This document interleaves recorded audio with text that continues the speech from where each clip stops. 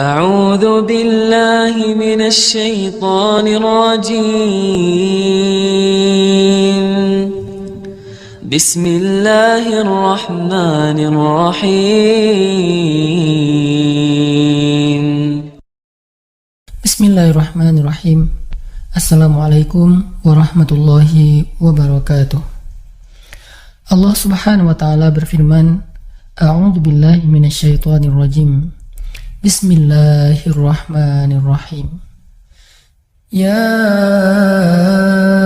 ayyuhalladzina amanu ista'inu bis-sabri was-salah.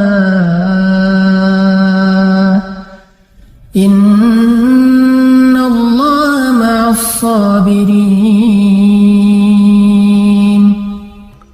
Innallaha ma'as-sabirin. Wahai orang-orang yang beriman, mintalah pertolongan dengan sabar dan sholat. Sesungguhnya Allah bersama dengan orang-orang yang sabar. Kita sering mendengar ayat ini disampaikan oleh para ulama, para da'i, para ustadz, tentang bahwa salah satu di antara cara menjemput pertolongan Allah Subhanahu wa ta'ala itu adalah dengan melakukan ibadah sholat. Pertanyaannya adalah, sholat yang seperti apakah yang bisa menjemput pertolongan Allah dalam kehidupan kita pada saat kita sedang mengalami ujian yang berat? Banyak orang yang bilang, saya sholat, tapi kok hidup saya gini-gini aja. Banyak orang yang bilang, saya udah sholat, tetapi kok doa saya belum diijabah. Saya udah sholat, tapi kok masalah saya masih belum selesai. Saya udah sholat, tetapi kok musibah saya terus beruntun, tidak pernah berhenti. Saya udah sholat, tapi kok musibah terus terjadi dalam hidup saya. Sehingga teman-teman yang dirahmati Allah, kita perlu belajar. Sholat yang seperti apa yang bisa menjemput pertolongan Allah Subhanahu wa ta'ala secara ajaib. Mari kita renungkan sebuah kisah yang pernah disampaikan oleh sahabat Anas bin Malik radhiyallahu anhu. Bahwa dahulu di masa Nabi ada seorang laki-laki di kota Madinah yang melakukan perjalanan antara Syam ke Madinah untuk berdagang. Di tengah perjalanan, laki-laki ini dirampok oleh para perampok. Dia diberhentikan oleh seorang laki-laki, kemudian hartanya diambil, lalu setelahnya laki-laki itu menghunuskan pedang kepada orang ini. Pedagang ini mengatakan, wahai fulan, jika engkau menginginkan hartaku, ambillah, tapi biarkanlah aku melanjutkan perjalanan. Perampok itu mengatakan, adapun harta itu sudah menjadi milikku. Sekarang aku menginginkanmu, aku ingin membunuhmu. Merasa tidak punya pilihan, akhirnya pedagang ini mengatakan, wahai fulan, jika engkau ingin menyakitiku, membunuhku, maka lakukanlah. Tetapi sebelumnya, berilah aku kesempatan untuk melaksanakan sholat 2 rakaat. Lalu perampok ini mengatakan, ya sudah, kalau begitu, sholatlah, aku akan berikan engkau waktu sebentar. Maka pedagang ini pun mendirikan sholat dengan sholat yang sangat khusyuk. Di dalam sholat, laki-laki ini setelah membaca Al-Fatihah, dia membaca sebuah ayat di dalam surat An-Naml ayat 62. Apa ayatnya? Dia membaca kalimat, Amman yujibul muttarra idza da'ah. Amman yujibul muttarra idza da'ahu wa yakshifu as-su'a wa yaj'alukum khulafa'al ard.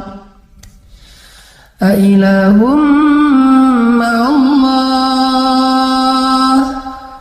A ilahum ma'allah.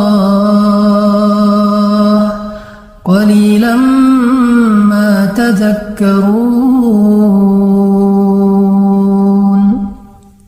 Bukankah dialah Allah yang memperkenankan doa orang yang dalam kesulitan apabila dia berdoa kepadanya, dan menghilangkan kesusahan dan menjadikan kalian sebagai khalifah di muka bumi?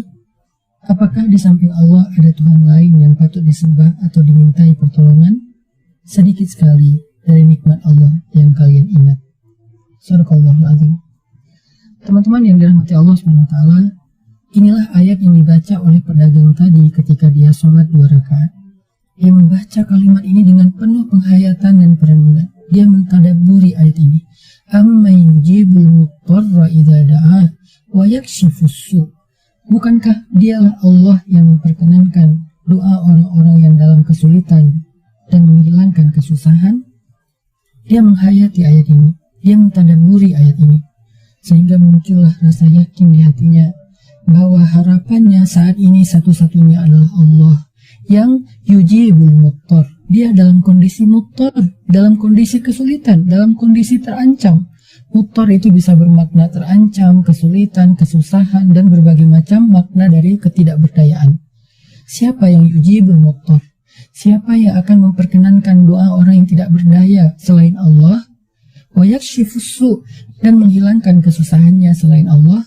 Maka mulai muncullah rasa yakin di dalam hati laki-laki ini setelah membaca ayat tersebut. Setelah selesai dia lakukan sholat, kemudian dia mengangkat kedua tangannya. Dia berdoa kepada Allah dengan menyebut nama-nama Allah yang mulia.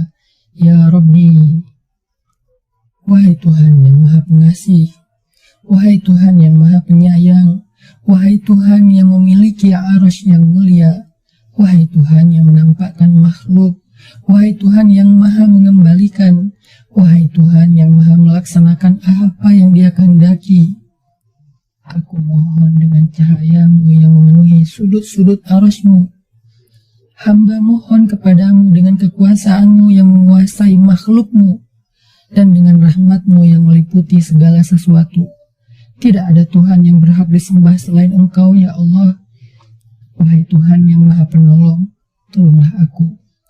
Laki-laki ini berdoa meminta kepada Allah dengan menyebut kebesaran Allah di arsy, menyebut cahaya-cahaya yang dimiliki oleh Allah yang meliputi arsy-Nya yang mulia. Tiba-tiba setelah selesai berdoa, muncullah seorang laki-laki dengan pakaian hijau bercahaya. Dia mengendarai seekor kuda berwarna abu. Dia mengeluarkan pedang. Lalu perampok tadi mencoba untuk menyerang laki-laki berkuda itu. Tetapi laki-laki berkuda itu menendang dengan kudanya sehingga perampok ini terhempas, terjatuh. Kemudian laki-laki tersebut membunuh perampok itu seketika. Kemudian pedagang itu bertanya, siapakah Tuan? Lalu penunggang kuda itu menjawab, ketahuilah saya adalah malaikat yang turun dari langit ketiga. Ketika kamu berdoa kepada Allah kali yang pertama, kami para malaikat mendengar suara gemerincing dari pintu-pintu langit. Sehingga para malaikat bertanya-tanya, apa yang sedang terjadi? Tiba-tiba muncullah doamu yang kedua, hingga pintu-pintu langit terbuka dan nampaklah cahaya yang sangat benderang. Dan di doamu yang ketiga, datanglah malaikat Jibril kepada kami seraya berseru, siapakah di antara kalian, wahai para malaikat, yang mau menolong hamba Allah itu? Lalu aku memohon kepada Allah agar Ia mengizinkanku melaksanakan tugas ini.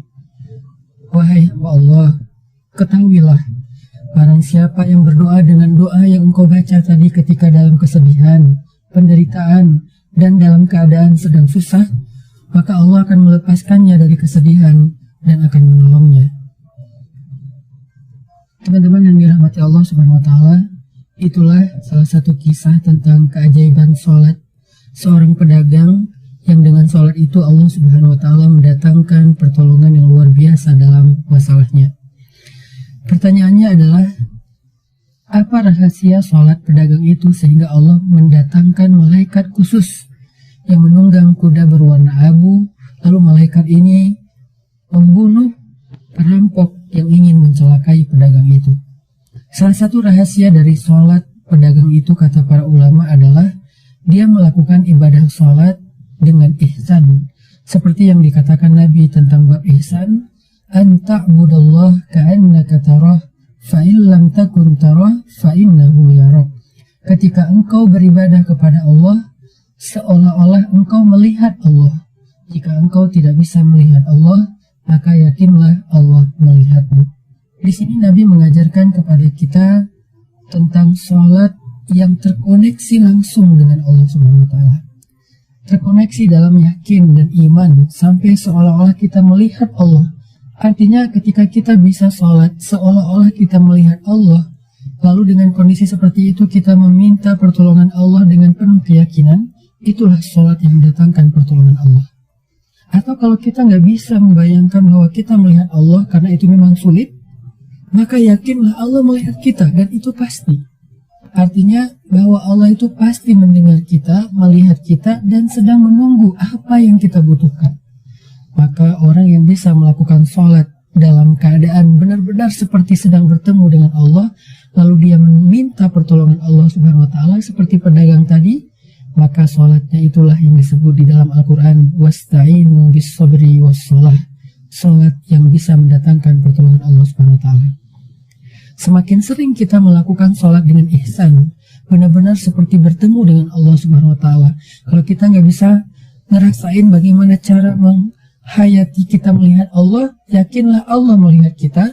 Dan kalau kita bisa mendawamkan ini dalam sholat 5 waktu dan dalam sholat-sholat sunnah kita yang lain, terutama sholat tahajud, maka insya Allah sholat kita sudah menjadi jalan keajaiban dalam kehidupan kita.